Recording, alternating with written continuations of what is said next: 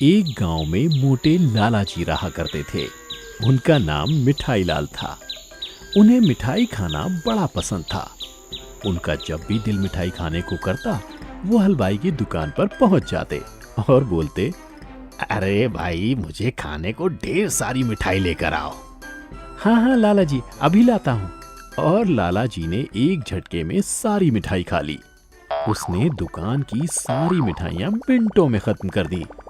मिठाई वाला घबराकर बोला, अरे अरे लाला जी, आपने तो सब कुछ खत्म कर दिया। अब मेरी दुकान में अब एक भी मिठाई नहीं बची। अब मुझे दोबारा सब कुछ बनानी पड़ेगी। हाँ हाँ बनाओ, मेरा पेट अभी भरा नहीं है। दुकान वाला मन ही मन पछताने लगा। एक दिन मिठाई लाल की पत्नी बोली, क्या आप भी मिठाई खाते रहते हो? पहले इतने मोटे हो, ऊपर से और मिठाई खाते रहते हो। अब तो सब पड़ोसी भी हमें अपने घर बुलाने में कतराते हैं। भाग्यवान, मुझे जलेबी, लड्डू, बर्फी बहुत पसंद है। ऊपर से चंदू हलवाई इतनी स्वादिष्ट मिठाई बनाता है कि मेरा खाने को दिल कर जाता है। और पड़ोसी तो सब अपने हैं, मैं तो उनके घर बिना बुलाए भी जा सकता हूँ। ऐसा सुनकर पत्नी किसी और काम में व्यस्त हो गई और मन ही मन बोली, इनका तो कुछ नहीं हो सकता। एक दिन चंदू हलवाई जलेबी और लड्डू बना रहा था। तभी उसकी खुशबू मिठाई लाल को चंदू हलवाई की दुकान तक खींच लाई। मिठाई लाल वहां जाकर बोला, चंदू, तुम अभी क्या बना रहे हो? मैंने अभी ताजी जलेबियां बनाई हैं, तुम खाओगे? हाँ हाँ, जल्दी से दो, मुझसे अब रहा नहीं जा रहा। और ऐसा करके मिठाई लाल ने ढेर सारी जलेबियां खा ली। एक दिन मिठाई लाल ने रात का भोजन किया और उसके बाद मिठाई लाल को गुलाब जामुन खाने का बड़ा ही मन किया। वह पत्नी से बोला, भाग्यवान, खाना खाने के बाद गुलाब जामुन खाने का बड़ा मन है, तुम बना दो। मैं क्यों बनाऊं? आप चंदू हलवाई के पास जाओ। मिठाई लाल एकदम से उठा और चंदू हलवाई की दुकान पर गुलाब जामुन खाने के लिए दौड़ पड़ा। पर दुकान बंद हो चुकी थी। मिठाई लाल को गुस्सा आया और बोला, आज चंदू ने दुकान बड़ी जल्दी बंद कर दी। अब मैं क्या करूं? गुलाब जामुन खाने का बड़ा मन था। मिठाई लाल घर आकर पत्नी से बोला, आज चंदू ने जल्दी दुकान बंद कर ली, अब मैं क्या करूंगा? गुलाब जामुन खाने का बड़ा मन था। बहुत रात हो गई है, दुकान तो बंद होनी ही थी। आप ऐसे ही सो जाइए, कल खा लेना। मिठाई लाल बिस्तर पर सो गया।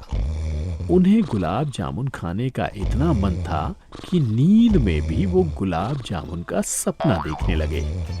सपने में उन्होंने देखा, अरे वाह, लड्डू का पहाड़, जलेबियां, बगल में टब भर के गुलाब जामुन, मैं सब खा जाऊंगा। और तभी मिठाई लाल जी सपने में गुलाब जामुन से भरे टब में कूद पड़े और आराम से चारपाई से नीचे गिर गए। मिठाई लाल उठे और चिल्लाए, अरे, मैं तो सपना देख रहा था।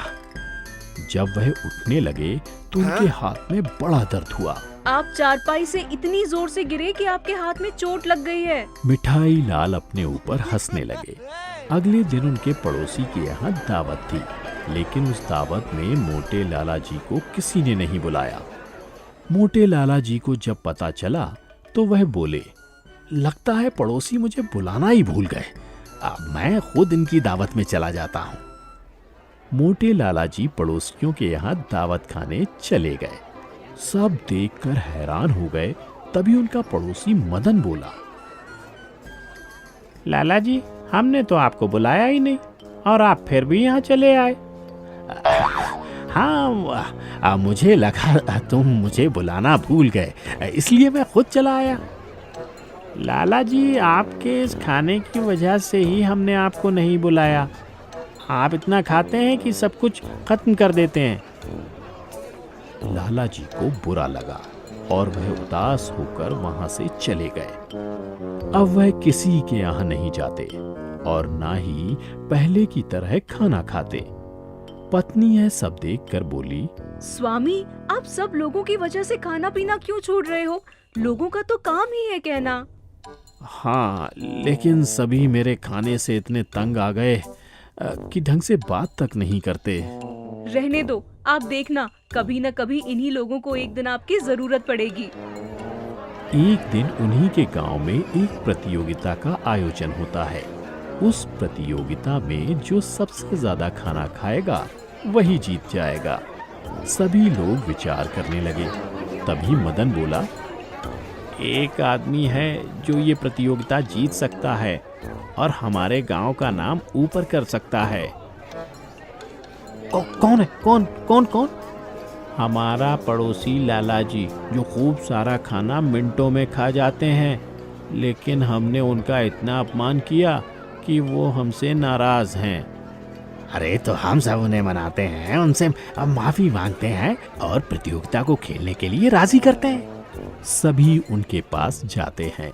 लाला जी ये देखकर बोले, क्या हुआ? आप सब मेरे यहाँ कैसे? दोस्त, हम सब तुमसे माफी मांगने आए हैं। आगे से हम तुम्हारा खाने को लेकर कभी मजाक नहीं उड़ाएंगे। तुम सब मेरे दोस्त हो, मैं भला तुमसे क्यों नाराज होऊंगा? लाला जी, हमारे गांव में खाना खाने की प्रतियोगिता हो रही है। कृपया करके उसमें भाग ले लीजिए और इस गांव को जिता दीजिए।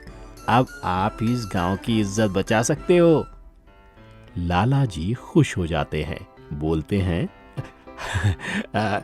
हाँ ठीक है। लाला जी खाने की प्रतियोगिता में भाग लेते हैं। बहुत से गांव वाले वहां आए। अलग अलग गांव वालों ने उसमें हिस्सा लिया। प्रतियोगिता शुरू हो जाती है। लाला जी मन ही मन बोले, देखना, अब मैं ही ये प्रतियोगिता जीतूंगा। लाला जी ने फट से सारा खाना खा लिया और वह ये प्रतियोगिता जीत गए। अब सब लाला जी से बहुत खुश थे और कोई उनका मजाक भी नहीं उड़ाता था। लाला जी पहले की तरह खाने लग पड़े और बाकी सब भी उनसे बहुत खुश थे।